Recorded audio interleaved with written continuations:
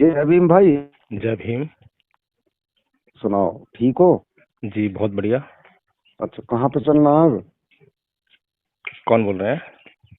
भाई रिंकू बोल रहा हूँ, रिंकू कहाँ से? फरीदाबाद से। अच्छा अच्छा। 28 जनवरी को है बुलंदशहर में कार्यक्रम। अब क्या कर रहे हो? कार्यक्रम वहाँ पे क्या करना है फिर? बौद्ध बौद्ध का प्रचार करना है क्या? नहीं, बौद्ध का प्रचार कैसे करेंगे? हमें तो कर, प्रचार करना है अपना। अच्छा, जैसे कि? जैसे कि अभी जो हमारे बौद्ध लोग हैं, जो जी ये दावा करते हैं कि हम बौद्ध बन गए हैं, जी। लेकिन वो अभी भीतर से जो है बौद्ध नहीं है, हिंदू ही हैं। हिंदू ही हैं? गलत है साले हिंदू, यही तो दिक्कत है, जो साले हिंदू हिंदू करते हैं ये। हाँ, तो हाँ जो ये क्या नाम है, हाँ अंदर से जो हिंदू हैं बाहर से बौद्ध बन गए हैं। हाँ हाँ। तो जैसे कि तुम हरामजादे बौद्ध बन गए हो, और जब जय भीम तुम बने डोल रहे हो। भीम पता हो कौन सा सनातन धर्म से है भीम? जैसे कि कौन? तुम अब भी, तेरा नाम क्या भीम है? क्या नाम है तेरा? हाँ, एडवोकेट जय भीम प्रकाश है। जय भीम प्रकाश। तो भीम हम्म। नाम हटा, भीम सनातन का नाम है, ठीक है? आप ये एक बात एजेंडा जो बताओ। चला रहे हो तो तुम लोग ये हम्म। गलत कर रहे हो। जैसे हम रिंकू बुद्ध का प्रचार कर रहे, शर्म करो कुछ लोग। रिंकू सिंह जी, जी। आप मुझसे बात करना चाहते हैं या लड़ाई करना चाहते हैं? नहीं, आप पहले तो अपना नाम भीम हटाओ। भीम हमारे उससे महाभारत से था, भीम नाम हटाओ पहले। आप नाम रखो बौद्ध। अगर आपकी जय यही बौद्ध। शर्त है तो मैं फोन काट दूं। हाँ हाँ। ठीक क्या है। क्या एजेंडा चला रहे हो तुम? अपनी दुकान चला रहे हो? सबसे क्या कर पहले रहे हो? बात करनी है या झगड़ा करना है? चल बात करता हूँ मैं आपसे। तो सबसे पहले तो अपनी भाषा में संयम बरतो। ठीक है जी। आप हिंदू धर्म को मानने वाले हो ना? हिंदू नहीं, सनातन बोल, जय चलो, श्री राम बोल। चलो ठीक है, सनातन धर्म मान लेते हैं, ठीक है। हाँ। तो आपका सनातन धर्म क्या गाली गलौज करना सिखाता है क्या? आप क्या एजेंडा फैला रहे हो? आप लोग क्या कर रहे हो? अभी मैं जो आपसे पूछ रहा हूँ, मुझे ये बताइए कि जी आपके सनातन धर्म के जितने जी देवी देवता हैं, जितने आपके आदर्श हैं, जी चाहे वो आपके भगवान राम हो, जी चाहे वो भगवान कृष्ण हो, कोई भी हो, जी। क्या उन्होंने आपको यही सीख दिया कि आप गाली दे के बात करें किसी से? नहीं, आपको भीम, एक एक भीम क्या पैदा होगा किताब लेकर? वो भी, एक मेरी बात भाई सुन ले। साहब, मैंने अभी ये तो तक मेरी बात आपसे, सुन ले भाई भीम। सुनिए पहले अरे मेरी बात। सुन ले, मेरी बात सुन ले। आपकी सुन रहा हूँ, लेकिन सुनने की शर्त यही संविधान है, को, सुनने की शर्त संविधान यही को है हम, सुन कि मेरी बात सुन। सभ्यता पहले होनी संविधान चाहिए। को हम लोग मान रहे हैं वो ना? बाद में बात करेंगे, वो बाद में बात नहीं, करेंगे, पहले बात करने का तरीका आना चाहिए। ये मुसलमान कैसे नहीं मान अगर रहे संविधान को? अगर क्यों नहीं आप, मान रहे? मैं क्या बोल रहा हूँ, अगर बातें करनी है मुझसे जी तो एक ही पैरामीटर है, एक ही तरीका है, वो है सभ्यता। मैं सारी बातें करूंगा, जी। हर बात पे बात करूंगा, लेकिन सभ्यता पहले। ठीक है, सभ्यता से बात कर रहा हूँ। अभी तक आपने जो भाषा का इस्तेमाल नहीं, किया मैंने है, हिंदू ने गाली दी तेने, बड़े शांत सुन ली हिंदू ने गाली सुनते हुआ तो। पहले मेरी बात सुनोगे? रिकॉर्डिंग है मेरे फोन में सबड़ी। कोई ये बात मतलब नहीं, तुझसे प्रतीक बात न कर रहा हूँ मैं। कोई बात फोन में नहीं, कोई रिकॉर्डिंग बात रखता हूँ मैं सबड़ी। कोई बात नहीं। अब मुझे हम्म। ये बताओ, अभी तक जो जी। आपने भाषा इस्तेमाल की है मेरे साथ में, हम्म। क्या वो भाषा सही है? क्या वो भाषा मैं जो हिंदुओं के खिलाफ बोल रहा था वो भाषा सही थी? जो आपने बड़े मैं बड़े ये पूछ रहा हूँ फक्र से कि सुनी क्या, आपने जो बात। मैं ये पूछ रहा हूँ, अगर दुनिया इस भाषा को सुनेगी आपकी, तो ये हम्म। कहेगी कि हाँ, सनातन धर्म वाले जो अच्छे लोग होते हैं। जो तुम्हारी भाषा चल रही है, क्या तुम लोग ठीक हो? मैं तुम लोग आपसे ठीक ये हो? पूछ रहा हूँ, जब देखो नाम भी मेरी बात सुनो सनातन का यूज कर रहे हो तुम लोग, और पहले। फिर भी उसके लिए ठीक आप हो तुम लोग? सीधी सीधी बातें क्यों नहीं करते हो आप? सीधी बात करते हैं, उल्टी बात तो तुम लोग कर रहे हो यार। अभी मेरी बात सुन लो, थोड़ा सा जी। धैर्य रखो, सहनशील हम्म। बनो, ठीक है। जी। मैं ये कह रहा हूँ, मुसलमान लोग गलत कर रहे हैं, ठीक है। जब कोई गलत नहीं कर रहे मुसलमान, क्या? सुन तो लो पहले मेरी बात, पहले बीच में बहुत धैर्य नहीं, बिल्कुल भी सहनशीलता बिल्कुल भी नहीं है, हम्म। बिल्कुल भी संयम नहीं है, जरा सी देर में ही मतलब चिलमिलाहट होने लगाती है। यही तो प्रॉब्लम है, यही तो हमें सीखना है। ठीक इसी है। चीज़ को हम सिखाने का प्रयास कर रहे हैं और यही चीज़ तुम सीख नहीं रहे हो। अब मुझे ये हम्म। बताओ, जब कोई मुसलमान किसी हम्म। को गाली देता है, दुनिया देखती है हम्म। जब उसको, अगर मान लो कोई टीवी कैमरा लगाओ वहाँ पर मुसलमान के ऊपर, ठीक है, हम्म। ठीक है। और उसको पूरी दुनिया देख रही है मुसलमान को, और वो हम्म। मुसलमान जो है किसी हिंदू से, किसी बौद्ध से, किसी ईसाई से गाली गलौज दे के बहुत ही आक्रामक होकर बात कर रहा है, तो पूरी दुनिया क्या निर्णय पहुंचेगी कि मुसलमान सही होते हैं या गलत होते हैं? बिल्कुल जी, बिल्कुल।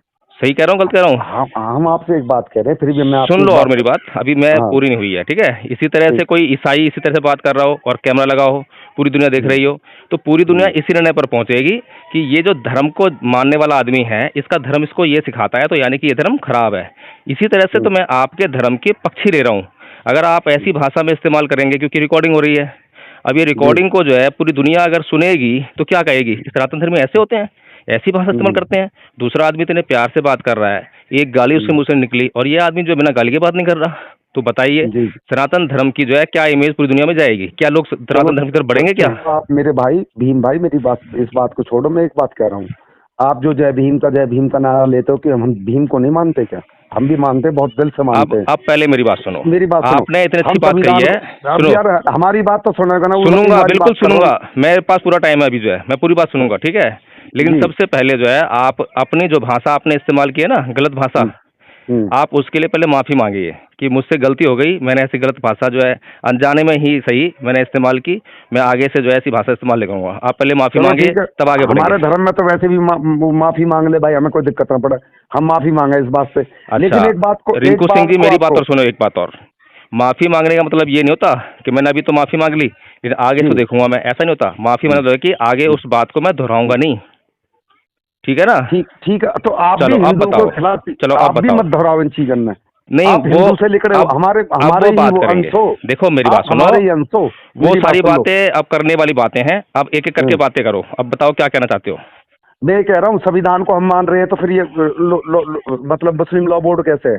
अच्छा, किस लिए है संविधान फिर ये? को आप कैसे मान रहे हो?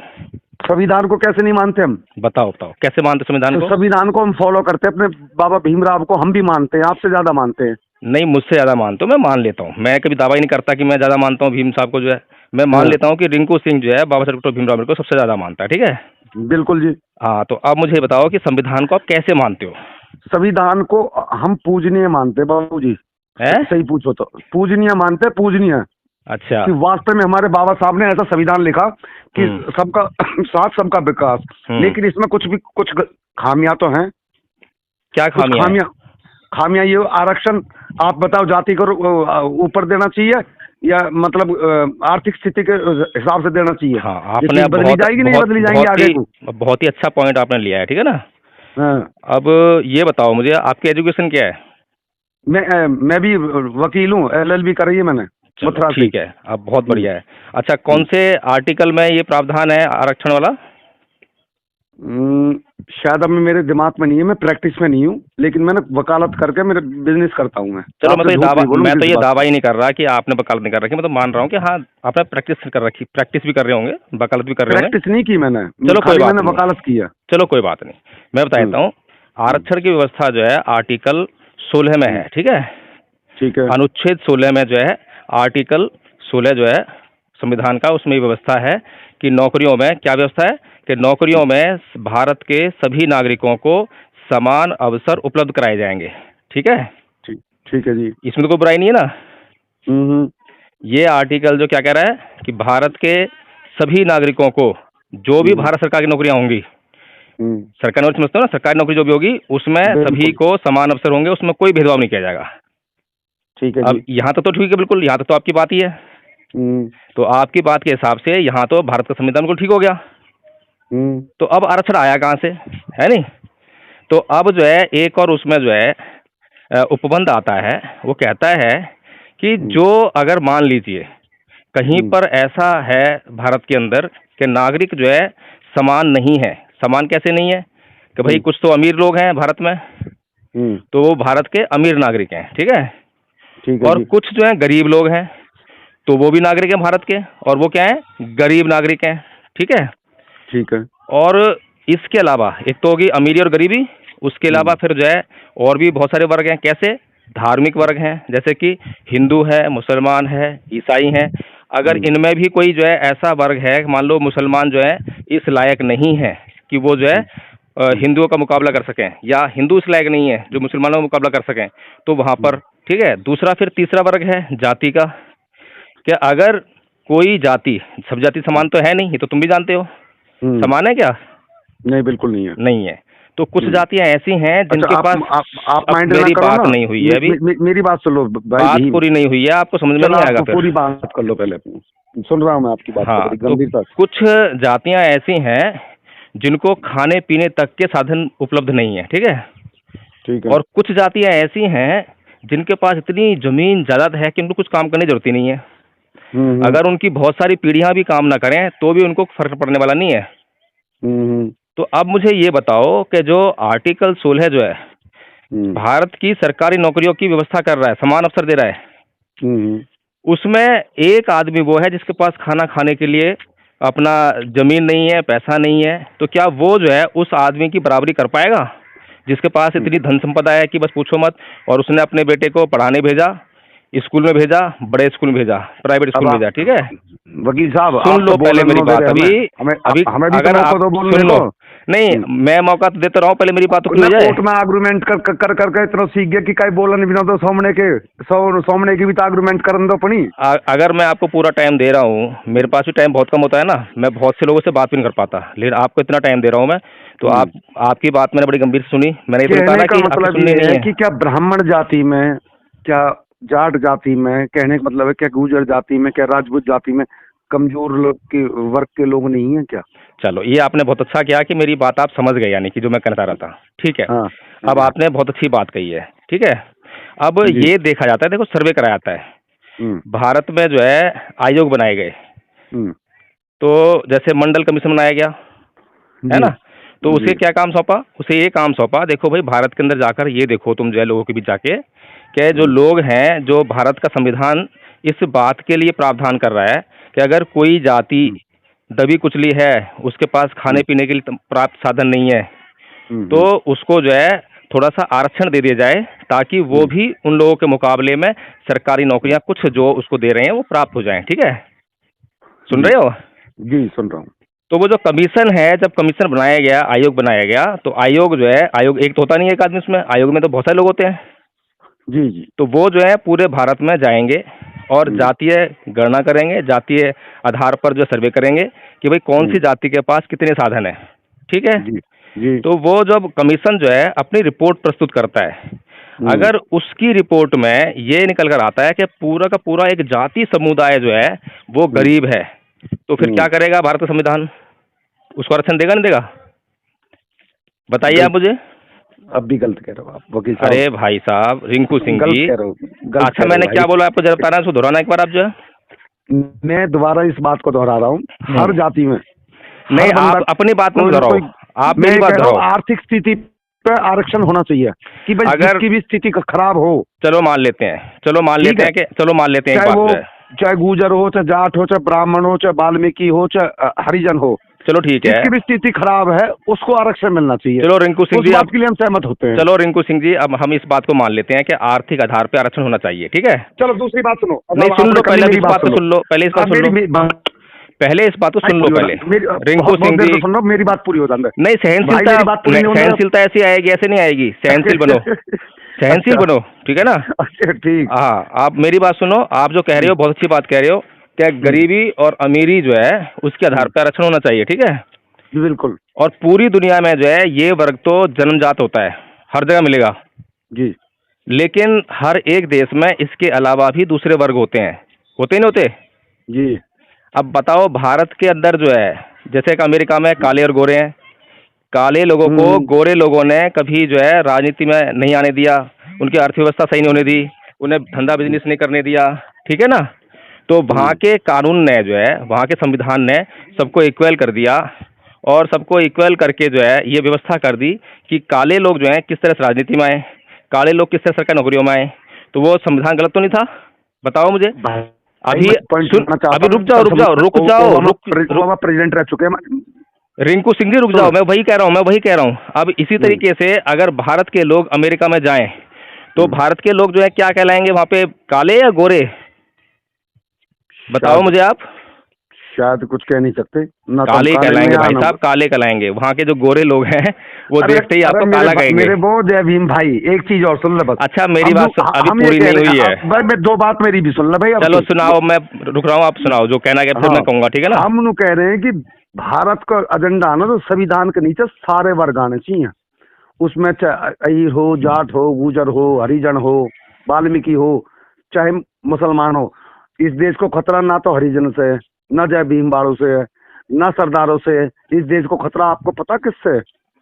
जिनने 47 में अलग देश मांग लिया था, और फिर देख लेना वो ये हालत हो जाएगी।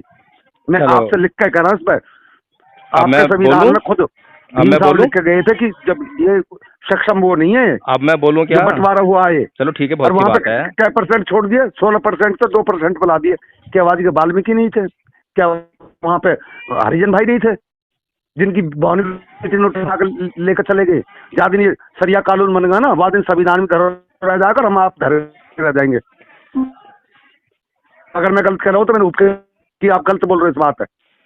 हम संविधान को मानते तो हैं कम से कम। आप पहले बोल लो, फिर मैं मुझे जवाब देने का मौका देना। आप मैंने बोल दिया, आप अपनी बात पर जी, रखो। चलो ठीक है। अब मुझे ये बताओ कि आपने जो है उन लोगों को दोषी ठहरा दिया, मुसलमानों को, कि उन्होंने पाकिस्तान मांग लिया, ठीक है ना?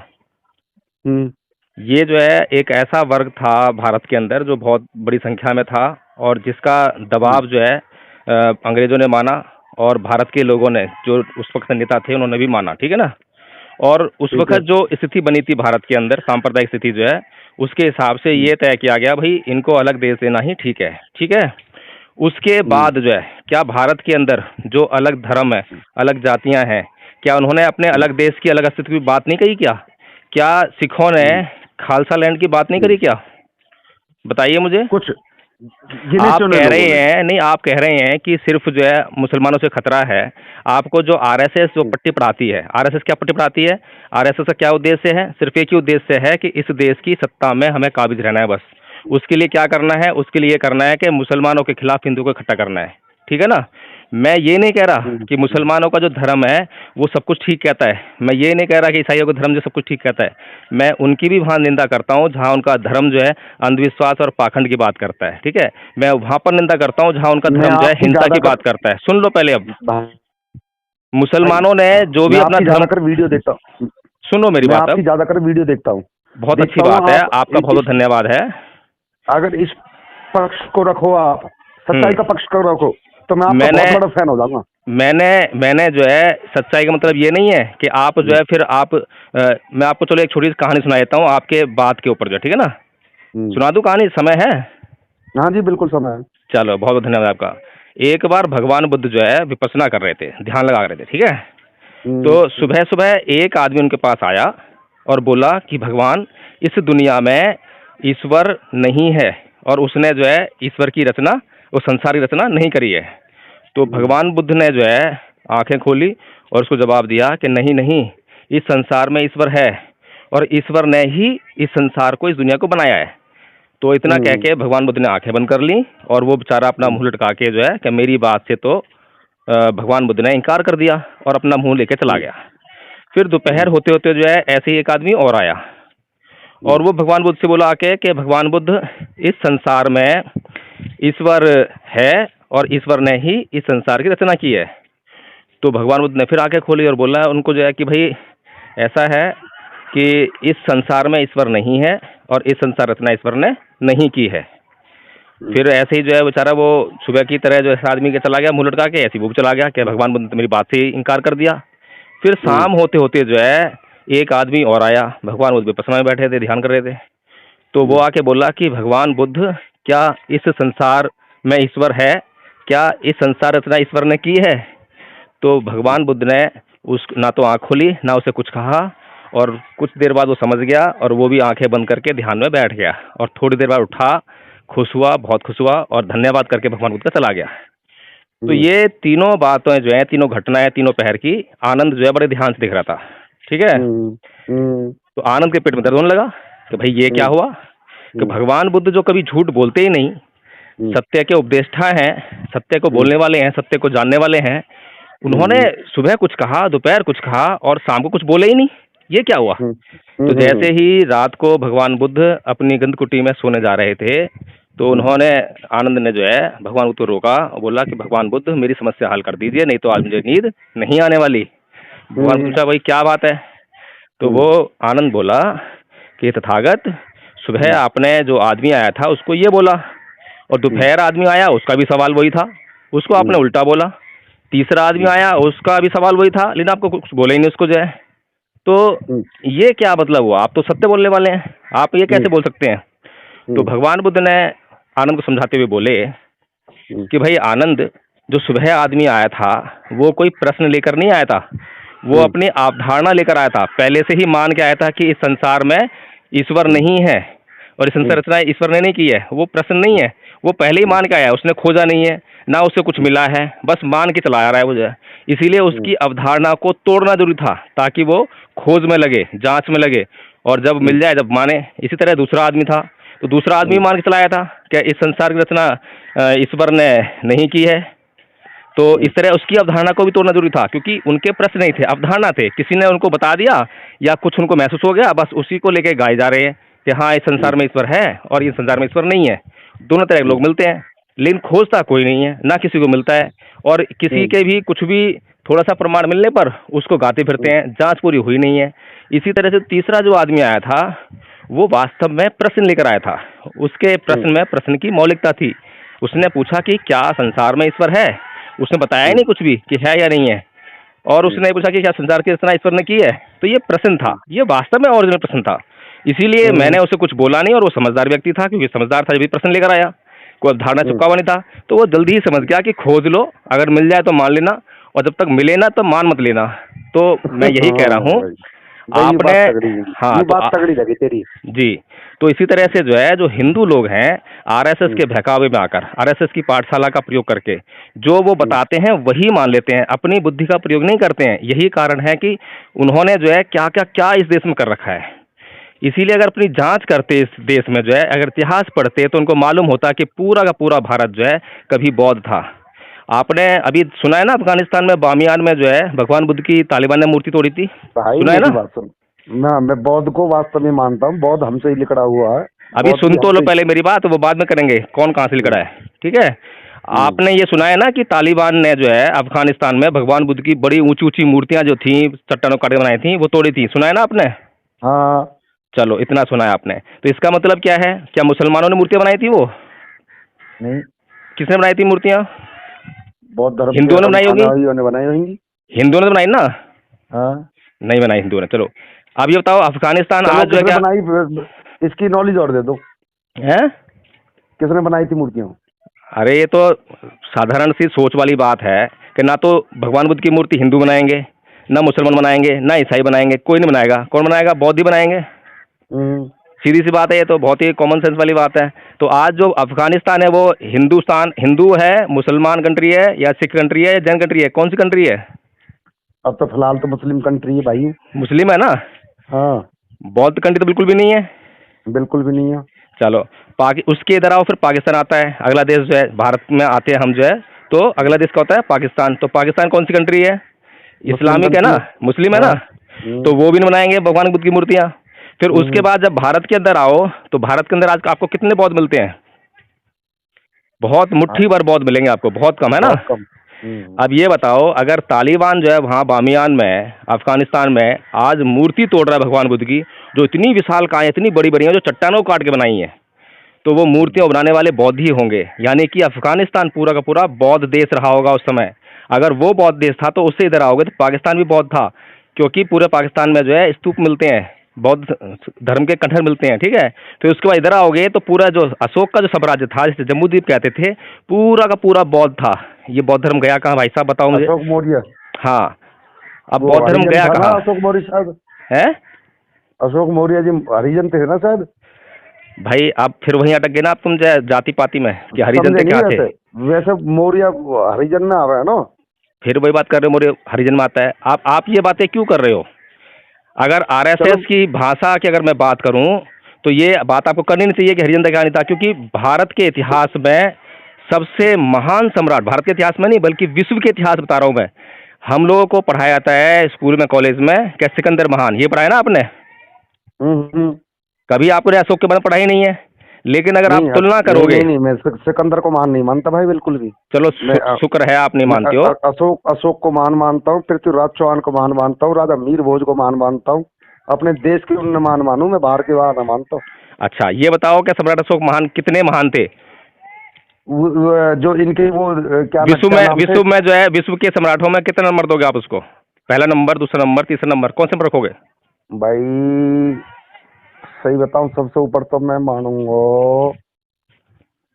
चल नंबर तो ना दे सकूं मैं, पर जो इनका वो ना, क्या नाम है उनके, जो चाणक्य, इनके वो थे ना। यो नहीं, आप थोड़ा सा और इतिहास पढ़िए ध्यान से जो है।